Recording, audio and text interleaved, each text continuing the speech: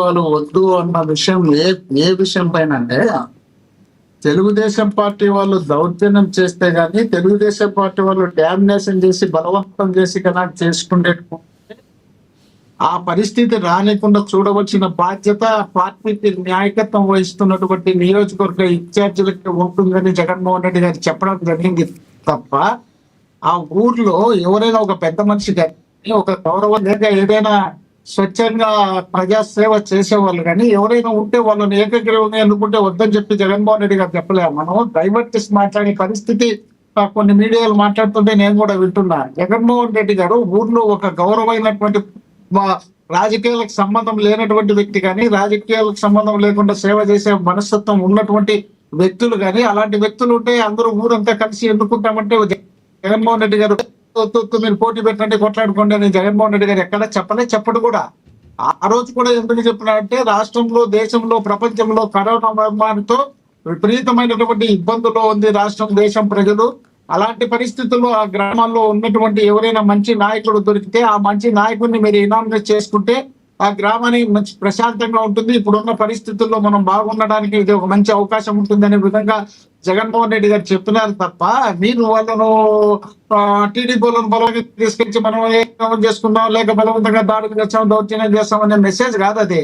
ఎవరైనా సామరస్యంగా చేసుకునేటువంటి చాలా బాగుంటుంది. అది ఇప్పటికైనా గ్రామాల్లో ఉన్నటువంటి మంచి మనుషులు ఎవరైనా రాజకీయాలకు అతీతంగా వచ్చి ఎంచుకుంటామంటే సంతోషం కదా, ఎవరు వద్దంటారు కదా. కాబట్టి ఆ విధమైనటువంటి అభిప్రాయంతో చెప్పడంతో పాటు మనం ఇప్పుడు కడప జిల్లాలో మన జరిగినటువంటి జెడ్పీటీసీ జరిగినాయి పులివెందుల దోవడం దానికి సంబంధించినటువంటి దాడులు అక్కడ జరిగినటువంటి ఇబ్బందులు అక్కడ పెట్టినటువంటి ఖర్చులు అక్కడ పెట్టినటువంటి పోలీసు ఫోర్సులు ఇవన్నిటిని చూసినారు కదా. స్వయంగా పులివెందులలో డిఎస్పీగా ఉన్నటువంటి మురళీ నాయక్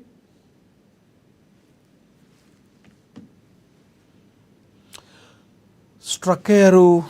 మోహన్ రెడ్డి గారు ఎనీ ప్రాబ్లం అక్కడ? రైట్, మోహన్ రెడ్డి గారితో మళ్ళీ మాట్లాడదాం. ఆయన అక్కడ స్ట్రక్ అయినట్టున్నారు. స్థానిక ఎన్నికల్లో లక్ష్యంగా వైసీపీ అధినేత జగన్మోహన్ రెడ్డి పార్టీ శ్రేణులకైతే దిశానిర్దేశం అయితే చేశారు. అయితే మోహన్ రెడ్డి గారు అంటాం ఏంటంటే అది ఎక్కడైతే టీడీపీ కానీ జనసేన కానీ బీజేపీ కానీ ఎవరైనా దౌర్జన్యాలు చేస్తే మాత్రమే చేయమన్నారు కానీ ఏకగ్రీవాలకి వ్యతిరేకనని చెప్పలేదని మోహన్ రెడ్డి గారు చెప్తున్నారు. మోహన్ రెడ్డి గారు కనెక్ట్ అయినట్టున్నారు. మోహన్ రెడ్డి గారు కంటిన్యూ చేయండి ప్లీజ్.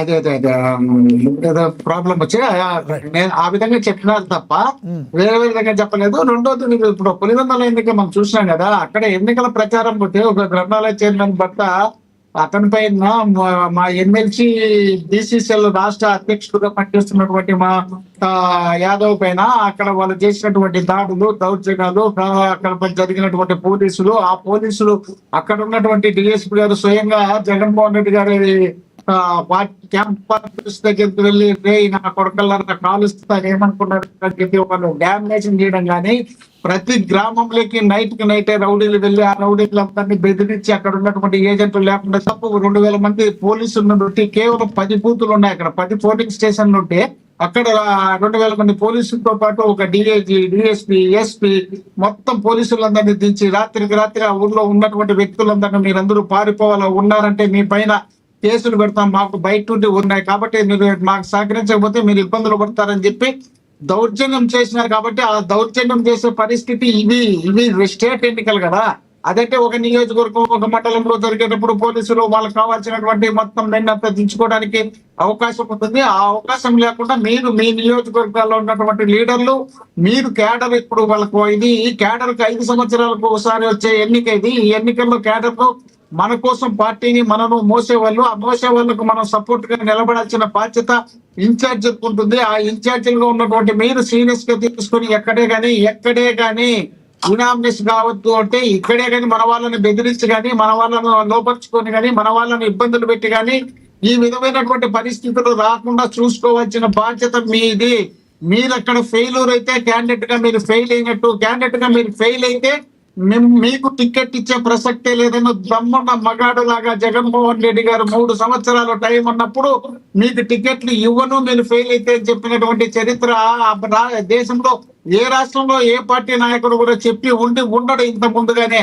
కానీ ఆయన చెప్పినాడు, ఎందుకంటే ఆయనకు నమ్మకం ఉంది, ప్రజల మీద నమ్మకం ఉంది, ప్రజల్లో విశ్వాసం ఉంది, ప్రజలు ఖచ్చితంగా వైఎస్ఆర్ కాంగ్రెస్ పార్టీని ఆదరిస్తారన్న విశ్వాసంతో ఉన్నాము కాబట్టి మీరు అక్కడ ఎటువంటి పరిస్థితుల్లో డ్యామేజ్ జరగకుండా చూసుకోవాల్సిన బాధ్యత మీది, వాళ్ళను కాపాడవలసిన బాధ్యత మీది, వాళ్ళను మీరు కాపాడితే మిమ్మల్ని రేపు వాళ్ళు కాపాడతారు. ఈ పరిస్థితుల్లో ఎటువంటి పరిస్థితుల్లో మిస్ చేయకుండా మీరు పనిచేయండి అనే కార్యక్రమాన్ని జగన్మోహన్ రెడ్డి గారు చెప్పినారు తప్ప, లేక మనం దౌర్జన్యం చేద్దామా, మనం లేక టికెట్లు చేసుకుందామా అనే ఆలోచన జగన్మోహన్ రెడ్డి గారు ఎక్కడా చెప్పలే.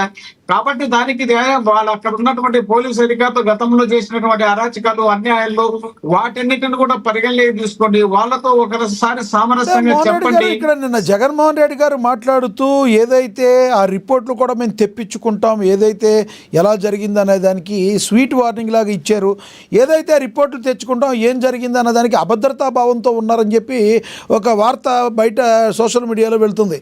తెలిసిపోయింది జగన్మోహన్ రెడ్డి గారికి తమ ప్రజలు తమ వైపు లేరని, కాబట్టి ఇలా రక్షణాత్మక ధోరణిలో మాట్లాడుతున్నాడని అంటున్నారు. వాస్తవం ఉందంటారా?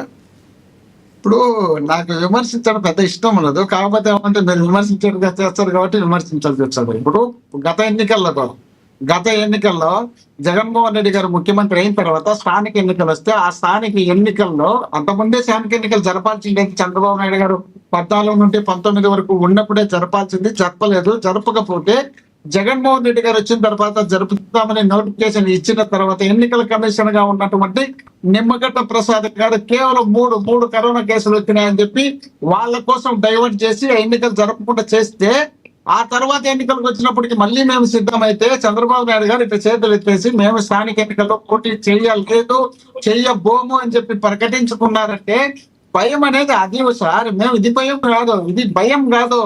మీరు ఎక్కడే కానీ ఫెయిల్ కావద్దు. మీరు ఫెయిల్ అయితే, లీడర్ గా ఫెయిల్ అయితే, మాకు ఫెయిల్ అవుతాము, మా పార్టీ ఫెయిల్ కాదు, లీడర్ గా ఫెయిల్ అయితే మీరు అనారోగ్యాల కింద కట్టుకొని మీకు టికెట్ ఇచ్చే పరిస్థితి ఉండదు. దాన్ని మీరు ఖచ్చితంగా పాటించి పని చేయవలసిన బాధ్యత మీ పైన ఉంది అని చెప్పడం జగన్మోహన్ రెడ్డి గారు తప్ప, జగన్మోహన్ రెడ్డి గారు మీ రిపోర్ట్ తెప్పించుకుంటామంటే ఏంటి రిపోర్ట్ తెప్పించుకుంటామంటే మీరు ఆ క్యాడర్ కు ఇరకబడి ఉన్నారా లేదా? తెలుగుదేశం వాళ్ళు దౌర్జన్యం చేస్తున్నారు అనుకోండి, దౌర్జన్యం చేసిన వాళ్ళకు మీరు సపోర్ట్ చేయాల్సిన బాధ్యత ఉందా లేదా? లేదు పోలీసు వాళ్ళు వచ్చి ఒత్తిడి చేసి కేసులు, అక్రమ కేసులు, అన్యాయము పెడతామని చెప్తే వాళ్ళకు మీరు ఎదిరించి చెప్పవలసిన బాధ్యత మీ పైన ఉందా లేదా? మీరు వాళ్ళ ఏదైనా ఇల్లు ఆర్థికంగా వాళ్ళు వచ్చి పూర్తి స్థాయిలో ఖర్చులు పెట్టి విపరీతంగా దాడులు, దౌర్జన్యాలు చేసినప్పుడు వాళ్ళని అరికట్టాల్సిన బాధ్యత మీ పైన ఉంటుందా ఉండదా? వీటన్నిటిని పరిగణలోకి తీసుకొని మీ రిపోర్ట్ నేను తెప్పించుకుంటా. మీ నియోజకవర్గాల్లో మీరు ఫెయిల్ అయితే, మీరు అక్కడ జరిగినటువంటి పరిణామాల్లో చాలా తేడాలు ఉంటే ఆ తేడాలు మీ వల్ల జరిగిందా, ప్రజల వల్ల జరిగితే మేము ఓడిపోతే మేమే దాన్ని పట్టించుకోవాల్సిన అవసరం లేదు. మేము ఓడిపోతే మేము మా లీడర్ల మీద ఇంకొకరి మీద మేము చర్యలు తీసుకుంటాం చెప్పడం లేదు. మనము పోటీ చేద్దాం, ఎన్నిక జరుపుదాం, ప్రజాస్వామ్యబద్ధంగా ఎన్నిక జరుపుదాం, ప్రజాస్వామ్యబద్ధంగా ఓడిపోతే సంతోషం, వాళ్ళు గెలిస్తే. మోహన్ రెడ్డి గారు ఇదిలా ఉంటే